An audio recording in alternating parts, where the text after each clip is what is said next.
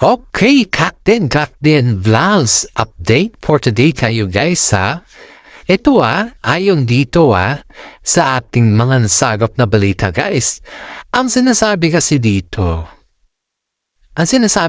guys is parang umiiwas na daw or umiiwas na sila Alden Richard at saka si Catherine Bernardo sa lahat ng bagay gawa daw kay Daniel Padilla. Yan yung ayon dito sa ating mga legit na sources. At yan din yung mga sabi ng mga chika-chika. Gaya ni Ogie Diaz at sa mga iba pa guys. Pero ang katotohanan guys. Katotohanan dito kwentong totoo talaga to guys. Ang katotohanan dito ay hindi umiiwas si Alden Richard kay Catherine Bernardo. Dahil pala guys, ang katotohanan is natapos yung kanilang movie na Hello Love Again ay may niluluto na naman silang another movie. Pero pinapatapos lang muna nila yung movie ng Kim Pao. Yan daw yung katotohanan dyan guys. Hindi yung humihingas si Alden at hindi nga na tinutuloy yung panliligaw. Hindi guys, walang ganon na situation. Nilinaw naman po yan ng mga kasama nila sa showbiz na the misinterpret na mga vlogger na kagaya natin ang kanilang sitwasyon. Yan yung katotohanan dyan guys na misinterpret ang mga vlogger yung mangyayari kasi nga po makaiba kasi sila ng network. At saka si Alden Richard naman guys, habang wala pa siyang ginagawa, syempre, ikaw ba naman yung walang trabaho at wala kang ginagawa, diba? Mapapaisip ka kung ano-ano na naman dyan. Yan yung katotohanan dyan, guys. Kung ikaw naman yung nasa kalagayan nila, magkaiba kayo ng network at nasanayan niyo yung isa't isa, syempre, doon na papasok yung makapag-isip ka na lilipat ka ba sa network niya? Ano ba yung dapat mong gawin? Or maghanap ka ba ng mga ibang pwedeng pagtabawan dyan? O diba? Parang yung nangyayari guys eh. Kaya yung sinasabi ng mga ibang vlogger na umiiwas silang dalawa dahil kay Daniel Padilla ay wala pong katotohanan yun. Yun yung katotohanan dyan.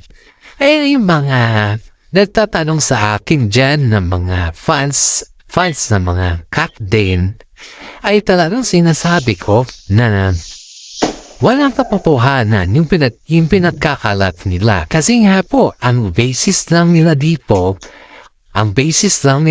kaya daw hindi tinuloy ni Alden yung panliligaw niya kay Katnay dahil nag-usap sila Catherine Bernardo at saka si Daniel Padilla sa dressing room. Iyan yung simula at saka umaligid si Daniel Padilla sa bahay nila Catherine Bernardo para daw humingi ng tawad.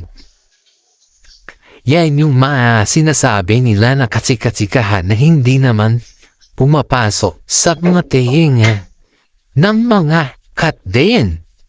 Pero ang Captain guys is hindi umiiwas Alden Richard kay Catherine, kundi umiiwas lang sila sa mga maraming tao. Umiiwas lang din sila sa mga marites kasi nga, inuulit ko, makaiba sila ng network. May kanya-kanya din silang buhay guys. May kanya-kanya din silang diskarte kasi may mga pamilya ito na inuobliga. Ang dami nilang obligasyon sa buhay, hindi lamang bilang isang fans na kagaya natin, na yun lang yung gusto nila. Hindi po ganun guys, hindi po ganun yung kanilang buhay. Abang sikat sila, mas marami yung kanilang obligasyon. Yun po yung makikita natin dito. Ay mga sinasabi na mga iba guys na ganito o kesa ganyan, totoo yun. Walang halong biro yung guys yung katotohanan na wala na ang Captain. Hindi po yan, wala pong ganun guys. Wala na ang Captain or wala na something kasi nilinaw na nila na nabalikan na daw sila Catherine Bernardo at saka si Albert at saka si Daniel Padilla. Sa totoo lang guys, ayaw na marinig na makipabalik at Catherine Bernardo kay Alden, kay Daniel Padilla. Kasi ang dami niya, ang dami nang nangyayari guys eh. Hanggang sa ngayon guys, sa totoo lang hanggang sa ngayon ay patuloy pa rin yung chika. Patuloy pa rin yung issues pagdating dun sa mga dati nilang negosyo. Hindi pa yun naaayos guys. Hindi pa yun naaayos. Kaya sabi ng mga iba, paano makipagbalikan si Catherine sa taong hindi niya kayang ayusin yung buhay niya, di ba? Yan yung mga chika-chika dito. Kaya nagtatala nga kami kung bakit napunta sa punto na hindi na iniwas daw si Alden Richard kay Catherine Bernardo. Hindi naman pag-iwas yung gumawa ka man maging host ka lang. Normal lang naman yun guys na maghanap si Alden Richard ng iba din na kumbaga is racket habang nag-game tayo sa ibang movie, di ba? Kesa naman natin ka dyan, normal lang talaga yan, magkahanap siya at saka magkaiba naman sila ng research. That's the reason why Alden Richard keep on touching Catherine Bernardo kasi nga yan yung mga issues na sinasabi na umiiwas daw si Catherine dahil kay Alden Richard dahil di daw hugap ni Alden Richard na babalik si Catherine Bernardo kay Daniel Padilla. Wala nang balikan kay Alden kay tapatin po kayo dito guys hindi po wala nang balikan sila Daniel Padilla at saka si Catherine Bernardo. Kasi si Daniel Padilla, guys, may girlfriend siya na non-showbiz. Simula pa nung, di ba may 3 months rule tayo? Kasi yung 3 months rule kasi sa relasyon, kapag kayo ay bagong break up pala, baka kung sakaling magbalikan pa kayo after 3 months, ginawa yung 3 months rule na yun. Kasi baka may tendency na magbalikan at maayos pa rin lahat. Yun yung respeto sa inyong dalawa, may respeto sa inyong dalawa kung paano ninyo i-maintain yung inyong relasyon. Yun yung 3 months rule. Pero yung 3 months rule na yun guys, tila Daniel Padilla so kasi Catherine Bernardo, wala nang ayos-ayos na nangyayari.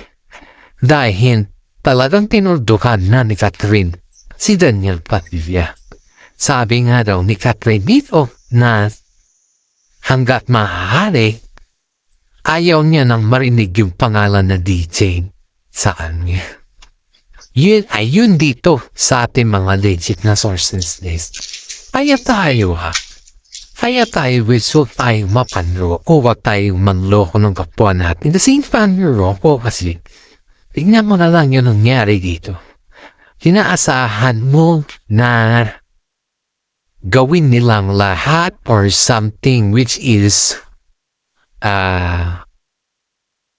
yung magiging incredible ba?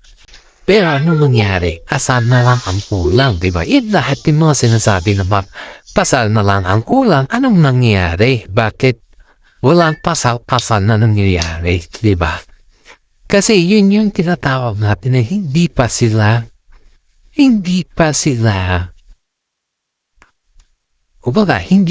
hinog para sabihin kasan na lang ang kulang dahil hinog lang sila sa kanilang ginagampan ng movie.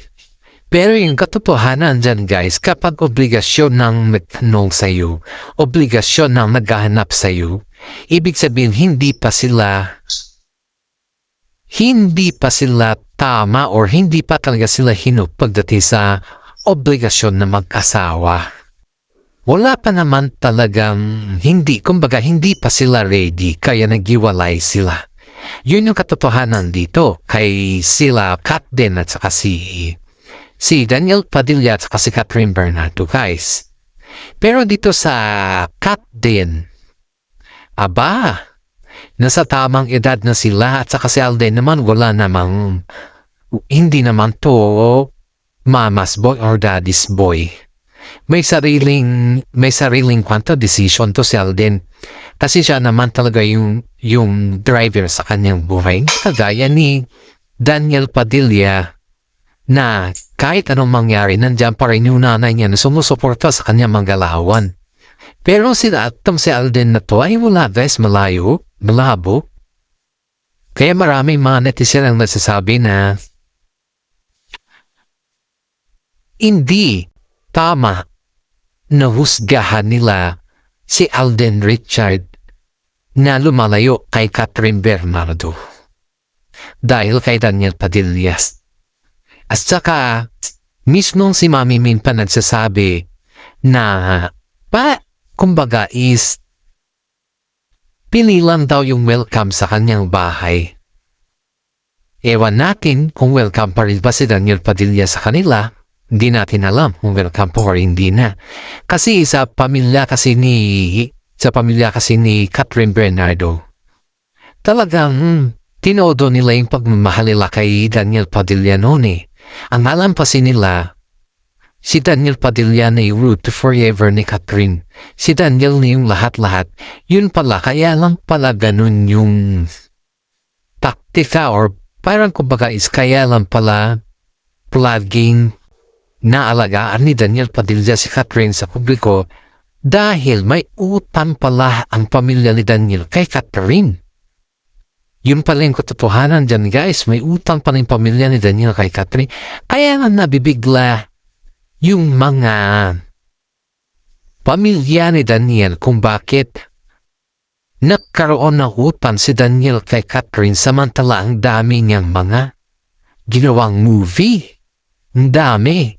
At kaya rin pala ganun yung pag-alaga ni Daniel kay Catherine. Dahil, siyempre, ikaw ba naman tong babae sa babae ka umuutang? Parehas naman kayo. Diyan mo makikita talaga yung hanap na hindi na pagmamahal ba kundi ginagamit mo lang din yung tao. Pero kay Alden Richard Jaisa, kahit magkasama sila sa movie kahit ang dami na nilang pinagdaanan, hindi mo man lang nasabi or nakita kay Alden Richard na kinokontrol niya si Catherine Bernardo. Pero itong si Daniel Padilla, kinokontrol nito si Catherine Bernardo. Kinokontrol na yung galaw ni. Siya yung tagapag-control siya din yung tagapagsalo sa lahat. Kapag may mga interview si Daniel Padilla sinasalo ni para hindi makapagsalita si Catherine Kubka kasi madulas si Catherine. Masabi niya na ang laki ng utang ng pamilya ni Daniel sa kanila. Yun yung katotohanan dito guys. Kaya na hindi ginagamit ni Daniel Padilla yung Lamborghini masyado. Nasasakyan nila ni Kat dahil halos pala kay Catherine yung sasakyan na yun. Kala mo kay Daniel Padilla, hindi. Kay Catherine pala yun. Kala mo lang Pero tignan mo ngayon kay Alden Richard. Napakasimple. Nakakapagsuot si Catherine Bernardo kung anong gusto niyang susuot. Nakakapagbikini siya. Nilalabas niya talaga yung siya. Compared kay Daniel Padilla noon na halos hindi mo makitaan ng katawan ba. Halos hindi mo alam kung ano yung kanya. Tapos siya pa ito magsabi noon nasa kang si Catherine Bernardo. Imagine that guys yung babaeng minahal mo ng 12 years. Tapos biglang nagganon na. Diba? Sipin mo to yung mga nangyayari sa ganyan na sitwasyon ay masakit yan para kay Catherine kasi isa siyang babae, yan yung pinakamasakit sa lahat. Pero yung pag-isipan ka, ang sabi nila si Daniel Padilla napakasiloso pagdating kay Catherine Bernardo. Pero siya siloso niya pagdating kay Catherine Bernardo. Pero siya, tingnan mo siya. Kung talagang selos na selos ka may ugali kang ganon, dapat sana huwag ka mang babae, diba? Di siya ng babae kasi siya yun yung kanya, yun yung hirap na dito ng babae siya. Tapos si Catherine Bernardo pang pinagbintangan na may ganon. Si Catherine Bernardo pa ang pinagbintangan niya na may something. Malapit kasi, si Kat kasi po is malapit siya sa mga lalaki na mga friend niya. Pero pag nandiyan na si Daniel Padilla, ayaw niya na may mga lalaki na kikipag-close kay Catherine. Catherine Bernardo, ang gusto lang na siya lang. Yun lang, ganun siya. Saan lang, tapos nandiyan na si Catherine Bernardo, ganun lang. Hindi masyadong very sensitive. Si Daniel very sensitive yan siya pagdating kay Catherine Bernardo. Ayaw niya talaga na may dumalapit kay Catherine na yun niya talagang gusto niya lang talaga yung siya lang. Kaya madaming mga babae ang nagsasabi na si Daniel Lucas nila, si Daniel lahat. Kasi nakikita mo yung pagka-gentleman ni Daniel. Dahil napaka-gentleman naman ni Daniel kay Catherine dahil ginagawa niya yun dahil may rason. Pero itong si Alden Richard guys, voluntary niyang ginagawa yun at saka walang rason. Ang gusto lang niya is yung ligawan si Catherine Bernardo. Yun yung gusto niya. Ligawan si Catherine Bernardo at ipakita sa publiko na kaya naman talaga niyang tumindig sa sarili niyang pa. Yun yung katotohanan dito. Di yung gaya ni Daniel Padilla na hindi pa siya ready sa lahat. Sipin mo, ganun na edad, tapos nandyan ka pa, nanay mo pa nag-awak na itim. Parang may mali naman ata dun, di ba?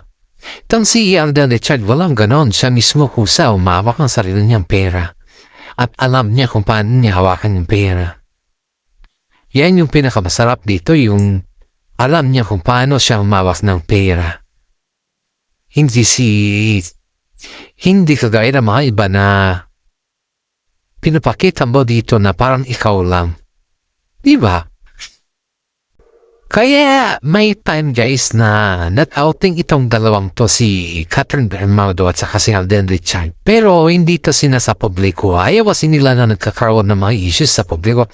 Dahil may binubuo na naman kasi silang movie guys. Yan yung palagi natin tatandaan. Pag may mga movie kasi na promote or na binubuo ng isang tambalan parang nagkaandalayo mo na sila dyan. Para sa ganun is makitaan sila na may bago na naman movie nagkasama naman sila. Ganun kasi yung mga reflection or effect sa mga tao guys. Ganun katindi daw. Ayun dito sa ating mga legit na sources. Yan po yung sabi din ng mga management sa loob. Kasi pag tumatagal daw yung love team kasi parang nahuhumay na yung tao. Pero sobrang sikat halos yung love team ng Katniel is halos hanggang ngayon, ilang taon na, 12 years hanggang ngayon. Ganun pa rin ka landik sa mata ng Pilipino kasi halos love team kasi. Nag-start sila sa hanggang ngayon. Sipin mo yan na. Pero kayang-kaya naman ni Alden panindigan si Catherine May sarili naman na negosyo si Alden kumbaga Wala na siyang hanapin kasi nandun na lahat. Wala ka na din hanapin kay Alden. Kasi lahat naman may pera siya, may trabaho siya, may ipon, may business. Yun yung pinag-aabalahan ngayon ng Kat din. Lalong-lalo na si Alden Richard talagang negosyo talaga yung utak nito. Negosyo ganon, career negosyo ganon lang Yun talaga yung gusto ni Alden kasi guys. Kaya tayo dito hindi naman natin pwedeng baguhin kung ano yung nakagisnan ng dalawa kasi kanya-kanyang negosyo naman sila Kanya-kanyang negosyo at hindi lang yan. Kumbaga, ang dami pa nilang iniisip. Ang sabi nga ng mga iba dapat maging ready sila at the age of 35 na. Yun yung sinasabi ng mga iba. Pero sa mga iba naman guys, kasi sinasabi nila is hanggat okay pa. Hanggat nandyan yung opportunity, dun sila. Kaya ngayon guys is spotted again ang Kat din. At parang may binubuo sila na gimmick sa ngayon. Kaya shout out natin sa manonood sa atin. At alam kong taghintay na kayo sa ating updates. Maraming salamat. At God bless po sa ating lahat.